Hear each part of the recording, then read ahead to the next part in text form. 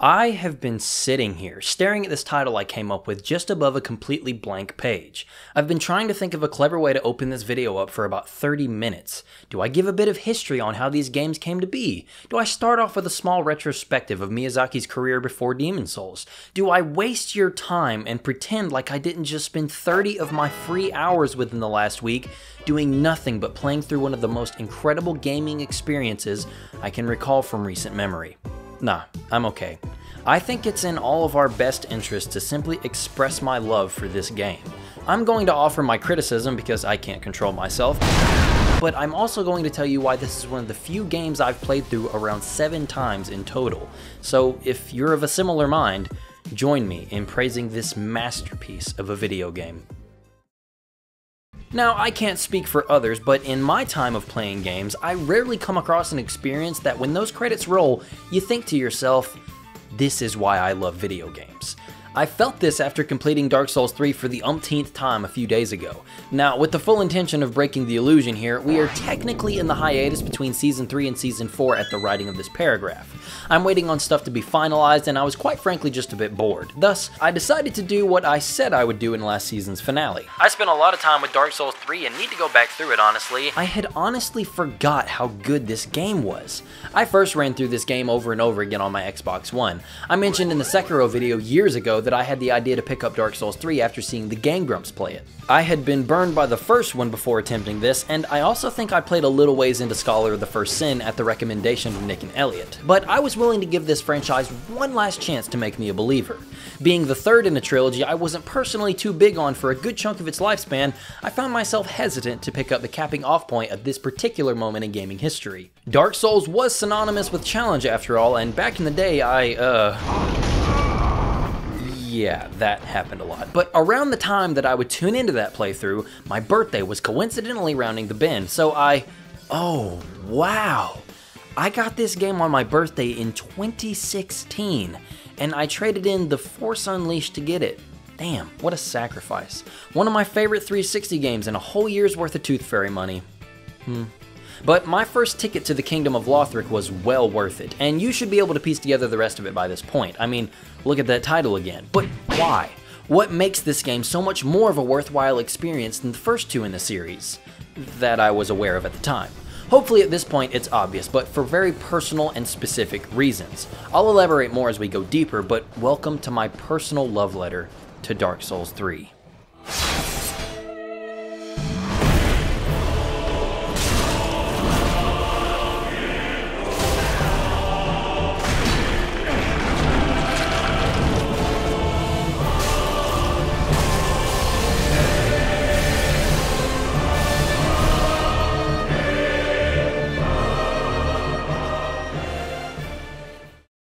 These games start with character creation, but I really don't have any preference as far as cosmetic appearances. Most people are happy with characters who look like root vegetables with opposable thumbs, but it's never been much of a concern of mine, seeing as how your Eldritch Abomination will be covered up by armor for most of the entire game.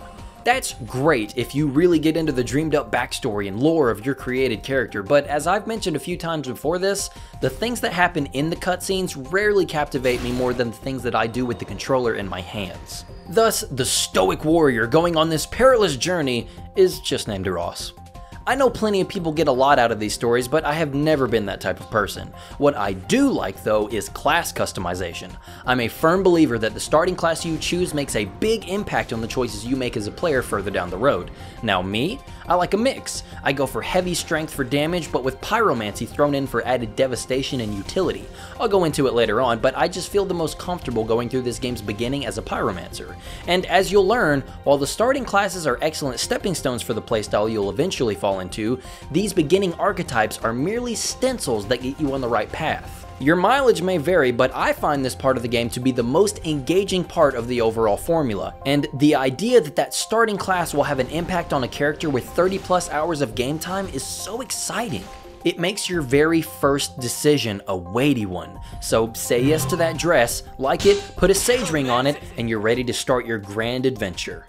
The opening moments of Dark Souls 3 appear simple at a passing glance, but hide a layer of intricacy that many games try and fail to mimic. Standard enemies are dotted along your path, allowing you time to get used to dodging, attacking, blocking, and parrying, if you're kinky. Standard starting area stuff, no big deal. What lies ahead is a fairly intense starting boss, Ayudek's Gundyr, you might have heard of him. But for those inquisitive boys and girls among you, this starting area holds a delicious little secret, and it's the thing that I believe is at the heart of Dark Souls 3's brilliance. Literally 2 minutes after you're given control, you're introduced to the reward of optional challenge. Now, this channel is no stranger to hard games. I myself have gone on at least 3 lovely dates with Sekiro. I took a weekend getaway with Ninja Gaiden. I've even had a one-night stand with Fur Fighters. Probably should have swiped left on that one if I'm being honest. But this is the game that started me down the path of playing games for the player-driven challenge. But that line between a hard game and a cheap game is always one that developers have to be mindful of. When does careful design and thoughtful enemy placement become haphazard for the sake of inflating playtime through a quote-unquote difficult area?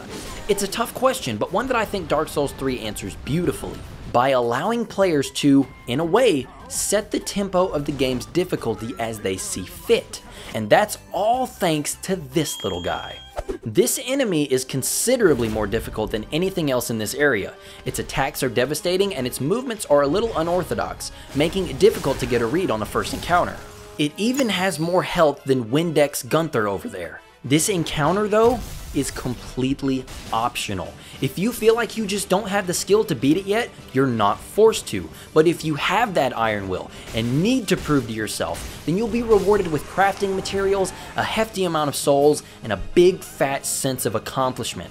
This kind of choose-your-own-adventure design is all over the place in this game. And if I can give away the kitchen secrets and tell you my secret recipe for the best unkindled, you can see that I've decked myself out with medium weight armor, the hulking demon's great axe, and rings that allow me to cast powerful chaos and black pyromancies quickly. I'm an agile powerhouse that can also cast powerful pyromancies on a whim. But the reason I was able to get all of these abilities before the credits rolled the first time, mind you, was because I knew what I wanted to be all the way back when I was on this screen. Knowing what kind of character you want to be by endgame is a crucial piece of information to have on the class selection screen. And that's when the enjoyment for this series and eventually this genre finally clicked for me. The realization that I could define for myself not only a playstyle, but also a standard for what I wanted to accomplish made me approach the entirety of the game differently going forward. Now every area had this unspoken potential for experimentation and triumph depending on what I expected of myself. I could follow the intended difficulty curve, fall back into a safer playstyle, push myself against harder enemies, and every space in between all at my leisure, and all I had to do was learn the ropes of combat. When compared to most action games, or even other action RPGs, the Souls games' combat lack any particular amount of depth. Now, I don't mean to say that there isn't any depth here entirely, but rather it's not depth that comes from learning your moveset and remembering how to perform your favorite combos and special moves. Mechanical depth, in other words. Of course, there's still skills to learn, you have to ultimately get better at the game, but I would say that the way in which you grow is not by practicing your own moves or studying the timing of your swings or hitboxes. No, you get better by watching your enemies' swings and how long their hitboxes are active. Your arsenal isn't really all that complicated, right? Not just me, I mean specifically you, the person watching this video. Your Dark Souls 3 character's kit isn't that complicated when you break it down. I say that because I, and I'm sure you, can boil down your character to 2 or 3 strategies if you really think about it. I'll go first. I'm a fast brute, wielding a giant weapon that can crush most enemies and stagger the rest. Dancing around them to find an opening and then slam the enemy is my first strategy. Then, if someone is too dangerous, I can just use my ranged pyromancies to take care of them from a distance. Death by fire is number 2, and if I had to come up with a third for the sake of upholding my own argument, I can combine the two. One of my favorite spells is this Black Serpent Flame. It comes out super quick and travels along the ground. It just damages enemies normally, but if someone tries to block the flame, it'll stagger them, leaving them wide open for a critical attack. You would be surprised how often this strategy won me encounters single-handedly. There you go, I just gave away the entire playbook, and I would be willing to bet yours is similarly brief. Unless you're like level 300 and can use every skill in the game or something like that, whatever. And yes, I still use all the moves I have at my disposal. I use my two-handed swings for even more chance to stagger the enemy. I use heavy attacks when I can get away with it, and if I think I have the time, I use my weapon's special skill. But more often than not, these are basically just moves that will do more damage to your opponent. There's nothing that will set you up for a follow-up from another aspect of your arsenal. My Black Flame is close, but it essentially does the same thing the kick does, but from far away at the cost of some FP meter. And sometimes options are just fun to have, even if they do similar things. And yeah, I find that really fun. Period. Next paragraph. Yeah, it says here that I have to take a minute to talk about enemy design, so yeah, that's what we're gonna do. Now, all joking aside, I feel a little torn. Going back to Dark Souls 3 after playing other games in the genre with the benefit of hindsight has left me feeling a little underwhelmed. Full disclosure, this next part is going to be unfair from two angles, but I think there are too many humanoid enemies. Specifically, I see a lot of humanoid enemies holding close combat weapons. I mean, these guys and their broken swords, Iudex Gundyr, the Old Master, Lothric Knights, Undead Axe Wielder, Big Boy Lothric Knights, Undead Thieves, Fat Lothric Knights, Undead Villagers, Thralls, Big Saw guys, these crazy claw guys, Big Pot guys. I know, I'm being mean. And that's kind of describing a lot of enemies very vaguely, but I have a reason for this. Let's go back to Dark Souls 1. Were there humanoid enemies? Yes. But in that game, even when faced with something that looked bipedal and dressed in the old metal knee-highs, FromSoft found ways to make something fresh out of something familiar. Take the Dark Wraiths. Perfect enemy, late game, humanoid, wearing armor, but their gimmick is a glove that can steal humanity. That's something that no other enemy in the game has. Want something less niche? Havel. Big boy, heavy pants, likes carrying around 55-pound dumbbells, but the wind-up and follow-through of his club swings are the bread and butter of fighting him successfully. Crystal Golems, they grow weapon appendages during their attack animations. Pinwheel Skeletons? See my point? Dark Souls 1 has variety in the common elements. I even have issues with the game's everything in the second half, but overall I can say this is a positive. Dark Souls 1 has better enemy variety than Dark Souls 3. Notice how I said better though. Dark Souls 3 still has a good amount of variety. I just personally find it to be spread out more than Dark Souls 1 and to a slightly worse effect because of it. The enemies that do stand out, stand out. The pus monsters can be a nightmare if you're unaware of which enemy will transform, but on a subsequent playthrough it's totally avoidable. Further into the adventure, you'll have to face off with the jailers who can sap your health down to nothing and have very punishing grab moves if you get too close. They're a personal fear of mine. Basilisks have no way of actually damaging you but spew a gas that will curse you if you let it linger. The Dreg has these angelic phantoms that seem like a scripted event at first but are actually a vulnerable sorcerer as you find out later on. And some enemies that might not shine on their own are heightened by being paired with another unremarkable enemy that makes these encounters worth remembering. Oil barrels are used to great effect in both Lothric High Wall and the Undead Settlement, and it's even better when the player is given the opportunity to turn the tables on a mob of enemies if they can aim properly. These sludge monsters with absurdly high damage absorption can interrupt you while you're trying to hack away at these giants' feet. Trying to get this demon to attack the mimics so they kill each other in the catacombs, even if I failed to do it on this playthrough. Ugh, come on! These Pyro Knights in the Irithyll streets make for a good counterpart to these smaller enemies. Farron Keep is home to the obligatory FromSoft poisonous swamp that inhibits movement. It isn't a favorite of mine, but the enemies around you are designed to capitalize on this to successful yet frustrating effect. I just found myself wishing to see more of these kinds of encounters at the end of this playthrough. I really think the game just gets better the farther you go on. In particular, I think the first 4 or 5 hours of this game are among its weakest. The opening sections of the game fall into a category within my mind affectionately coined, I would skip these if I could, in particular from the Cemetery of Ash until around the end of Farron Keep or Cathedral of the Deep, if it's your first playthrough especially. Now, this isn't to say it's bad or anything, quite the opposite in fact. The feeling of going in and exploring a completely unfamiliar location is magical for me personally, and I can only assume I'm not alone. But the process of traversing these worlds and stumbling across strange items and weapons that you possess no concept of their uses or potential is a completely different experience from going in and grabbing all the components that you need to make your favorite character.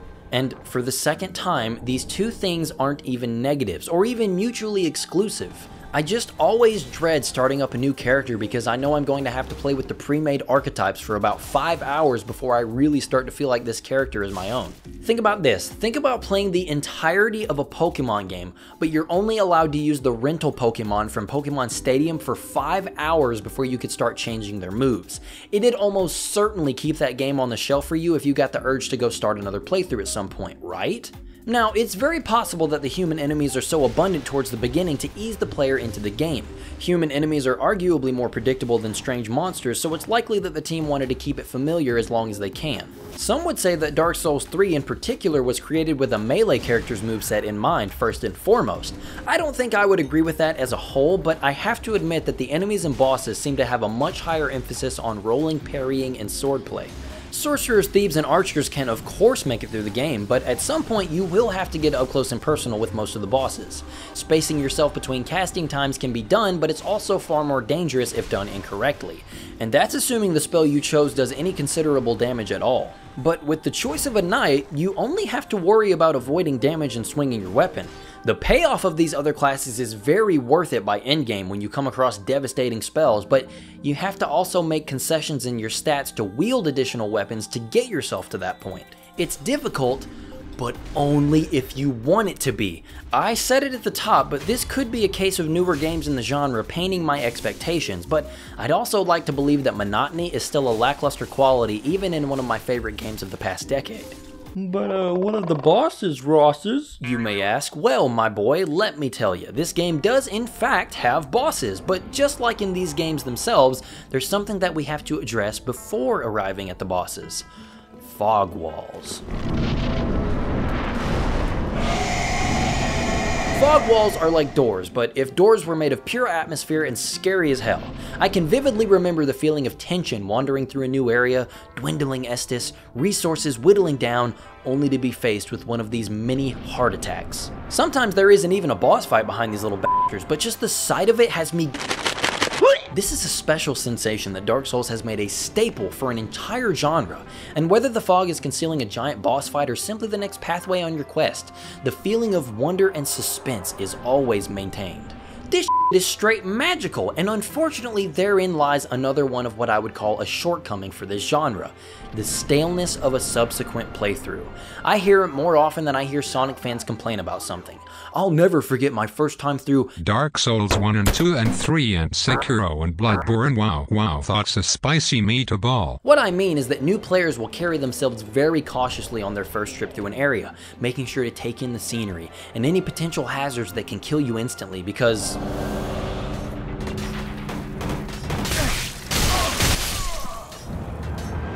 yeah, but after learning an area, there's little reason for that trepidation. I already know there's a big man sitting on a chair behind these cloud textures. What's the big deal? Fog walls are scary in the same way doorways in a haunted house are scary. After you go through it once, you know what's there. The suspense and potential scares was where your fear was coming from, not how scary the thing actually is. Something I'm still waiting on is a Souls-like game with an Arrange type New Game Plus setting. I would love to see a game with this setup, but that features alternative enemy layouts, maybe even boss layouts on subsequent playthroughs, maybe as a toggleable setting. Think the Chalice dungeons from Bloodborne, but for the main game world. Or even one of those kooky randomizers that make Metroid and Zelda game obstacles appear in completely new locations. Could be fun, you know? But anyway, bosses in Souls games have made themselves quite the reputation, mostly for being unforgivingly punishing, but also for how memorable they are. Boss battles have been a test of a player's skill since the concept first came to be. So what makes a Dark Souls boss any different? Well, it's partly because these ones are scary. And it's also because they can absolutely obliterate you if you make one too many mistakes. Boss fights in Dark Souls as a series are no slouches either.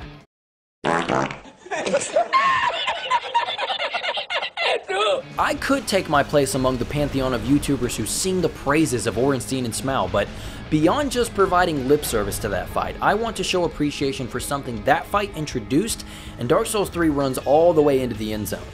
Multiple phases. See, every fight in Dark Souls 3 changes halfway into the boss's health pool, effectively heel turning into a more substantial challenge at the midway point.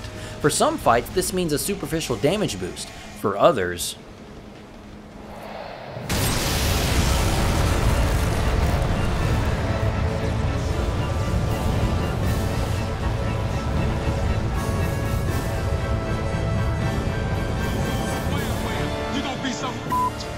you gon' be. You see this home, I'ma treat you like a bitch. You gon' call my temper whenever I tell you. It means you're in for a world of hurt. Dark Souls 3 consistently pushes the player with its boss design and then doubles down halfway into the fight so that they never have a moment to rest on their laurels. ONS did this, and it made for the most memorable moment in the original game. The mindset must have been that repeating this would up the challenge and recreate this memorable sense of achievement throughout the game. Personally, I like the idea a lot, but I also don't think every boss is deserving of a second phase. The Lords of Cinder makes absolute sense. Some of the optional bosses like old Praise the Fun over there, without question. Even Gundyr, that's perfect. It introduces the concept of a second phase right in the tutorial. It introduces the pus monsters along with their weakness to fire if you've chosen the best starting item. And his moveset changes dramatically. 2 big thumbs up. This big stupid blob of a boss fight? Oh my, no. Most of the lesser bosses fall into a lame category of simply doing more damage or taking on an obnoxious gimmick to try and scrape out frustrating damage. Almost like the player is being punished for learning the boss fight by then throwing new obstacles in the middle. Some of their attacks have a lingering fire effect that calls for more caution when dodging, and some of them get an AoE effect that needs to be backed away from. You know what? I think that might be one of the big contributing factors as to why I don't like most of these second phases. They just have attacks that you have to run away from. Aldrich's arrow attack in particular isn't challenging to dodge, nor does it require any special timing or skill. When you see him draw his bow in the air, your immediate thoughts are, well, I guess I'm running in a circle for the next 10 seconds. What part of Pontiff Sullivan's boss fight is enhanced by having to manage 2 separate sets of hit and hurt boxes without any warning? Even beating his stupid shadow clone doesn't make a difference because he can just summon a new one immediately after the first one's dispatched. Dragon Slayer armor is an awesome boss fight and a cool callback to Dark Souls 1 until these floating ginger roots decide to gank you from off screen with ranged attacks. So on and so on and so on. If the fight is engaging the whole way through, I'll take it on by myself if I feel the boss was made for just me to take down.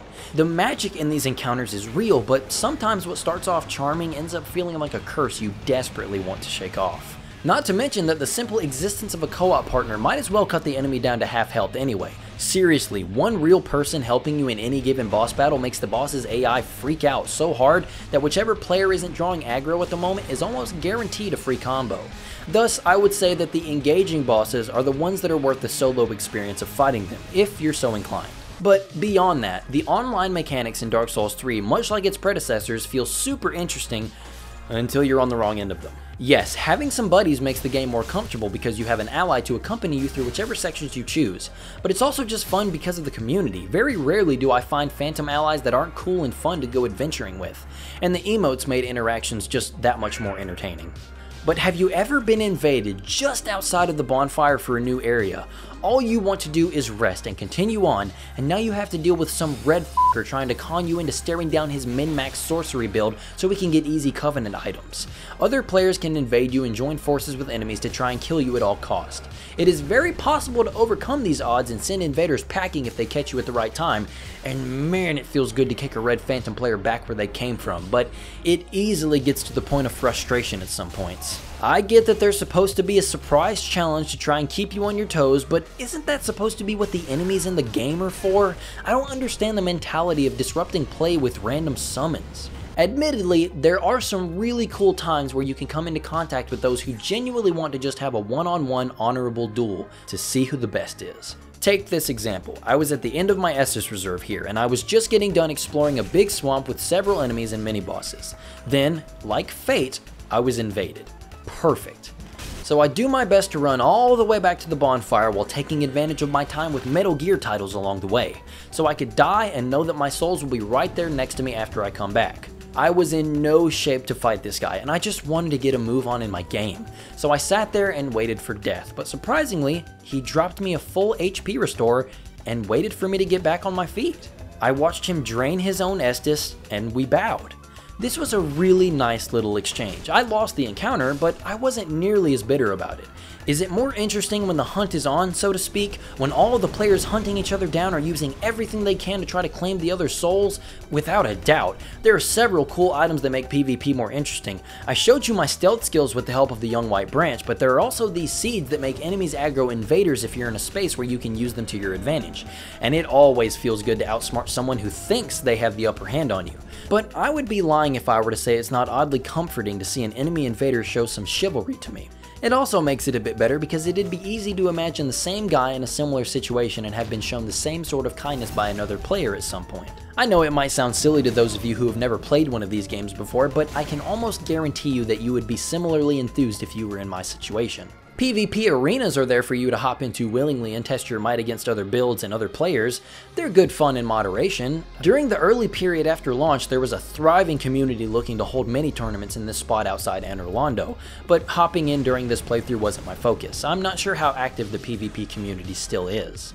You know, sometimes we as elite gamers like to think that games are made specifically for us, and every decision made for our game should be with us, its core audience, in mind, when in actuality, we're irrelevant.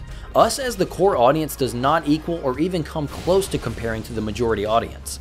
There are far more people out there who play games just as a hobby or as a passing interest. You and I can easily spend 3 to 5 hours a day playing a game and be up for the same thing or more tomorrow, but most aren't built that way. Most play an hour of Call of Duty or Madden before it's bedtime and then don't think about it for a month. They don't watch analytical content on YouTube and keep up with gaming news via Twitter or whatever. Thus, it's important for both us and them to have the ability to enjoy the same kind of games. That's why you see most games incorporate those difficulty sliders or just flat difficulty settings in their games, so people who just want to have a good time and relax with a video game can do so. Thus, some have felt alienated by this series' crushing lack of any feature of the sort. There are even those who don't want to give it a try because of its intimidating reputation. As I said a few years ago, I have been trying for years to get my older brother and cousin into this franchise somehow, and I thought that just recommending them the game would be enough, but now I know it's not. So that's why this video is for Levi and Jake. I want you both to watch it and at least try and take any lessons to heart. It's okay to look up guides. It's okay to summon for help. It's okay to seek out the best equipment. Because at the end of the day, Dark Souls will always be Dark Souls. The only thing that needs to prepare is you. And there are so many people along the way that want to help you and see you through the soul cleansing experience that is Dark Souls 3. Yours truly, Ross. This is something different from the typical content on the channel. I wanted to take the time and share my thoughts on what is genuinely an important game to me, but not in the quick critique style. Dark Souls 3 was my introduction to FromSoft's formula. Dark Souls 3 allowed me to play and grow at my own pace, and Dark Souls 3 was where I started playing games for the challenge and accomplishment of it. And I'm not stopping anytime soon. Dark Souls as a series may have ended, the final fade to dark a fitting end to the journey. But just like the cycle of light and dark in the games, this week we saw the first glimpse at what comes next in our cycle of playing and waiting. So now, I suppose our gaze turns to Elden Ring and its upcoming release early next year. Until then, Umbasa, praise the sun, don't you dare go hollow. I appreciate you for watching, thanks for stopping by, and have a great day.